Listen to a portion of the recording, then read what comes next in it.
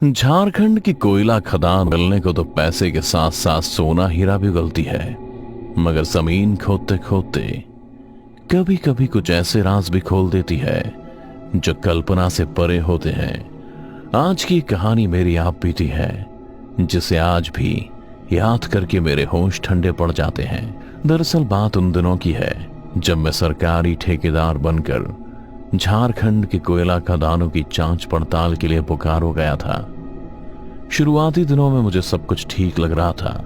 मुझे उस खदान का पता चला जहां जाने के लिए मैं स्पेशली बोकारो आया था।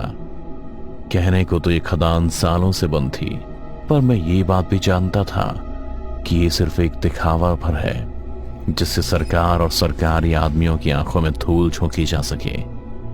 खदान तो सालों से बंद थी, पर उसके आसपास लोगों की पूरी बस्ती रहती थी जो देर रात को चाय की दुकान पर आते जाते रहते थे। ठंड बहुत थी तो मैंने भी टीन की शेड की बनी टेबल पर अपना कंबल डाला और सिरहाने अपना बैग रख आसपास टॉर्च चमकाने लगा। दरअसल मैं चाय की दुकान के मालिक को बुला रहा था। काफी टाइम से इस जगह पर आते हुए हम दोनों की अच्छी जमने लगी थी। तभी किसी ने मुझसे कहा, अच्छा मालिक, आज तो ठंड बहुत ज्यादा है, तो लाल चाय पियोगे क्या? लाल चाय का नाम सुनते ही मैंने चौंकते हुए चाय वाले से कहा, लाल चाय? क्या खून से बनाते हो क्या? मेरी बेतुकी बात पर हम दोनों हंसने लगे थे, पर तभी चाय वाले ने अपनी जेब से शराब की बोतल निकाल कर मेरे सामने रख दी। फिर मुस्कुराते हुए मुझसे कहा, साहब, ये हमारी लाल चाय, कसम से 2 पैक पीते पूरे तन बदन में आग से फूटने लगती है। शराब को देखते ही मेरा मन ललचा तो गया था, पर मैंने चाय वाले को यह कहकर मना कर दिया, नहीं श्याम, आज मैं बहुत थक गया हूं, फिर कभी, अभी मैं सोने जा रहा हूं। क्या साहब जी, आप पिछले 3 हफ्तों से मेरी दुकान पे आ रहे हैं, दुनिया जहान की सारी बातें बताई हैं आपने मुझे, आपका घर परिवार कैसा है, सब कुछ। दिखने में भी ठीक घर से लगते हो, फिर भी रात में इतनी छोटी सी दुकान पर ही आते हो, सो जाते हो। कुछ पूछे तो सोने का नाटक करते हो। क्यों साहब जी, आज भी कुछ बोलोगे या आज भी सो जाओगे? चाय वाला मुझसे कहते हुए मुझे नींद से उठाने की कोशिश करने लगा, पर उसे ये बात कौन समझाए कि नींद से उसे जगाया जा सकता है जो सोया हो। जो सिर्फ सोने का नाटक कर रहा हो उसे नहीं। पर पता नहीं उस रोज क्या हुआ, मेरी आंख सच में लग गई थी। मैं अभी आधी नींद में ही था कि तभी टीन शेड पर तड़ातड़ पत्थरों की बारिश होने लगती है। शोर सुनकर ही मेरी नींद खुल गई। मैंने जैसे ही होश संभाला तो देखा चाय वाला नीचे जमीन पर नशे में धुत सोया हुआ है। मैंने जब बाहर देखा तो चारों तरफ मौत की शांति पसरी हुई थी। घड़ी में 3 बज रहे थे। गौतम, यही सही मौका है। जिस मकसद के लिए तू यहां आया उसे पूरा करने के लिए इससे अच्छा मौका तुझे फिर कभी नहीं मिलेगा। अब और मत सोच। मैं खुद से कहता हुआ बंद पड़ी कोयला की खदान की ओर चल दिया। मैं अभी कुछ ही कदम दूर गया था कि नशे में धुत चाय वाले ने बड़बड़ाते हुए कहा, कहाँ जा रहे हो साहब? अभी कफन तो अपने साथ लेकर जाओ। चाय वाले की बात सुनते ही मेरे पैर जम से गए, पर जैसे ही मैं पीछे मुड़ा तो देखा चाय वाला नींद में वासी ले रहा था। मैंने भी चाय वाले की बात को महज एक इत्तेफाक समझ खदान के अंदर की ओर चल दिया। खदान के अंदर जाते ही मुझे ठंड लगने लगी थी। मुझे ऐसा महसूस हो रहा था जैसे मैं किसी और ही दुनिया में आ गया हूं और इस दुनिया में सिवाय अंधेरे के कुछ भी नहीं है। साथ ही मुझे ऐसा भी महसूस हो रहा था मानो जैसे मुझे कोई पीछे से घूर रहा है या फिर मेरे साथ साथ ऊपर उड़ रहा है। पता नहीं ये सब मेरी कल्पना भर थी या फिर सब मेरा साथ सच में हो रहा था। डर मत गौतम, बस कुछ कदम और चलना है, फिर तेरे दादा का सपना पूरा हो जाएगा। गौतम, वो हीरा उसे यहीं कहीं दफन होना चाहिए। आखिर इस खदान तक पहुंचने के लिए तूने इतनी मेहनत जो की है, अब इतने करीब आकर हार मत मान गौतम। मैं किसी तरह खुद में हिम्मत भर खदान की ओर चले ही जा रहा था। तभी मैंने किसी के रोने की आवाज सुनी।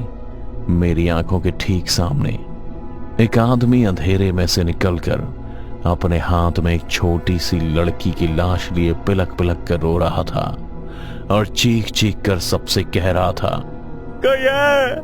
मेरी बेटी बोल नहीं रही है, कोई सुन रहा है क्या? कोई तो मेरी मदद करो, पता नहीं इसे क्या हो गया है, कोई इसका इलाज कर सकता है क्या? फिर वही शख्स मेरे सामने आकर मेरे पैरों में अपनी पेटी रखकर उसे होश में लाने की कोशिश करने लगा। भाई साहब, आप तो मेरी मदद कीजिए। देखिए ना, पूरा शहर जल रहा है, सारी दुकानें जल रही हैं, लोग जल रहे हैं, पर कोई कुछ बोलता ही नहीं है।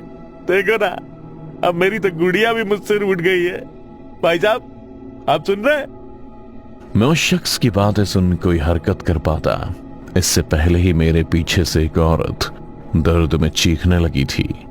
मैं जैसे ही पीछे मुड़ा तो देखा एक औरत को किसी ने जिंदा जला दिया है और दर्द से चीखते हुए बेसुध ही मेरी तरफ दौड़ती चली आ रही है। औरत को चलता देख और उसकी चीखें सुन मेरा खून सूखने को हो गया था। मैं डर के मारे पीछे ही हुआ था कि तभी मुझे अपने पैर पर किसी के हाथ महसूस हुए। मैंने जैसे ही नीचे देखा तो मेरे होश उड़ चुके थे।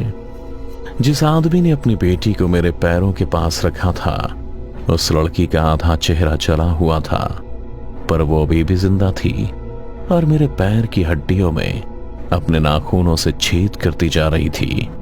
मुझे समझ नहीं आ रहा था कि मैं अब क्या करूं। तभी जमीन पर बिछे कोयले के बीच में से कुछ और हाथ निकलकर मेरे पैरों को जकड़ के नोचने लगे। खदान की जमीन से निकले हाथ धीरे धीरे मेरे शरीर को नीचे जमीन में खींच रहे थे, पर जब तक मैं खुद को संभाल पाता तब तक बहुत देर हो चुकी थी। मैं घुटनों तक कोयले की जमीन में धंस चुका था। Help me please, anybody help me, कोई बचाओ मुझे, ये खदान मुझे मारना चाहती है। मैं चीखता हुआ मदद की आवाजें लगा रहा था। मुझे जमीन से निकले हुए हाथ दिखाई दे रहे थे। मैं अब खुद को जिंदा रखने में असमर्थ हो चुका था और देखते ही देखते मैं कोयले की जमीन में दफन होता गया। दादाजी, मुझे माफ करना, मैं आपका छिपाया हुआ हीरा इस खदान से नहीं ले जा पाया। हो सके तो मुझे माफ कर देना दादाजी। ये आखिरी शब्द मैंने खुद से कहे, फिर कोयले की जमीन में ही दफन हो गया। पर मेरे जिस्म का खून अभी भी गर्म था। मेरे फेफड़ों में अभी भी चंद सांसें बाकी थीं, जिसे एकजुट कर मैंने बहुत हिम्मत से वापस ऊपर आने की जद्दोजहद में लगा दिया। और अचानक ही फिर से मुझे बहुत सारी आवाजें सुनाई देने लगी। कभी कोई लड़की बोलती, खबरदार जो मुझे छूने की कोशिश भी की तो मैं खुद को आग लगा लूंगी। तुम लोग दरिंदे हो जो एक लड़की की इज्जत लूटकर खुद को बड़ा बहादुर साबित करना चाहते हो। तो कभी किसी आदमी की आवाज सुनाई देती, हम ये शहर छोड़ यहाँ से हमेशा हमेशा के लिए चले जाएंगे। मेरे परिवार को जिंदा मत चलाओ, मैं तुम्हारे आगे हाथ जोड़ता हूँ। तो कभी किसी कोने से किसी लड़के की आवाज आई, पापा आप कहाँ हैं? पापा देखो ना, कुछ लोगों ने दीदी को मार दिया, माँ को भी उन गंदे लोगों ने बहुत मारा, अब कुछ बोल भी नहीं पा रही है, मुझे भी बहुत चोट लगी है पापा, आप आ जाओ ना पापा। मेरी आंखें अब भी बंद थीं, पर मुझे ऐसा लग रहा था मानो जैसे ये सब मेरे सामने हो रहा है। मुझे अब बहुत से घर चलते दिखाई दे रहे थे, जिनके दरवाजे पर लोगों को जिंदा जलाया जा रहा था। जिन लड़कियों के साथ जबरदस्ती की जा रही थी, उनकी चीखें सुन मेरे कान से खून गिरने लगा था, पर मेरी आंखें तो बंद थीं। फिर मुझे बंद आंख से सब कैसे दिख सकता था? मैं ऐसी सोच में डूबा, अपनी आखिरी सांसें भी गंवाता जा रहा था। सांस न आने की वजह से मुझे चक्कर आने लगे थे। मेरा सिर भी भारी होता जा रहा था, जिसका मतलब साफ था कि अब मेरी मौत भी मेरे से बस कुछ ही कदम दूर है, जिसकी आहट मेरा सहन भी महसूस कर रहा था। मैं भी आखिरी सांसें ले ही रहा था कि तभी जमीन को चीरता हुआ एक हाथ मेरी छाती तक आया और मेरी शर्ट पकड़ मुझे दबे कोयले से निकाल ले गया। अगली सुबह जब मेरी आंख खुली तो मेरे सामने चाय वाला चाय का कप लिए खड़ा था। लीजिए साहब चाय, अपनी नई जिंदगी की शुरुआत एक कप चाय से कीजिए। मैं चाय वाले का हुलिया देखकर ही समझ गया था कि कल रात जिस मसीहा ने मेरी जान बचाई थी वो ये चाय वाला ही था, जिसे तुरंत ही मैंने गले से लगा लिया। बहुत एहसान रहेगा तुम्हारा दोस्त, अगर तुम नहीं होते तो शायद मैं आज का सूरज नहीं देख पाता।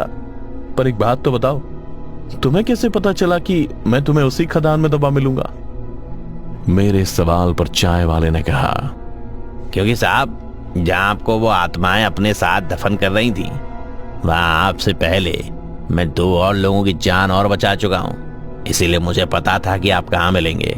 आत्माएं? क्या बोल रहे हो तुम? हाँ साहब जी, आत्माएं। ये उन लोगों की आत्माएं जिनको 1984 बुखारों के दंगों के दौरान मारा गया था, जिनकी शिनाख्त के लिए परिवार का कोई सदस्य बचा ही नहीं। ऐसी अनगिनत लाशों को इस कोयले की खदान में लावारिशों की तरह दफना दिया गया, जो आज भी यहाँ हर आने जाने वालों को अपने साथ हुई दरिंदगी की झलकियां दिखाती हैं और इंसाफ की गुहार लगाती हैं, पर उन्हें इंसाफ देने कोई नहीं आता। चाय वाले के कहते ही मुझे भी अब सब कुछ साफ साफ समझ आ गया था। क्यों वो लोग दर्द में चीख रहे थे, चिल्ला रहे थे। वो आग, वो लटकती लाशें, सब कुछ। मैंने पहले भी बुखारों के दंगे के बारे में सुना था, पर वो इतना भयानक होगा इसकी उम्मीद मैंने सपने में भी नहीं की थी। जिन आत्माओं ने मुझे अपने साथ हुई दरिंदगी की झलकियां दिखाई थीं, वो मंजर मुझे भुलाए नहीं भूलता है। दादाजी का हीरा तो कभी मुझे मिला नहीं और ना ही अब मुझे उसका कोई लालच है। बस अब उन लाशों को इंसाफ दिलाने के लिए मैंने डिस्ट्रिक्ट कोर्ट में जनहित याचिका यानी PIL दाखिल कर दी है, इस उम्मीद में कि शायद मेरी इस कोशिश से किसी लाश को उसकी पहचान मिल जाए और इंसाफ भी।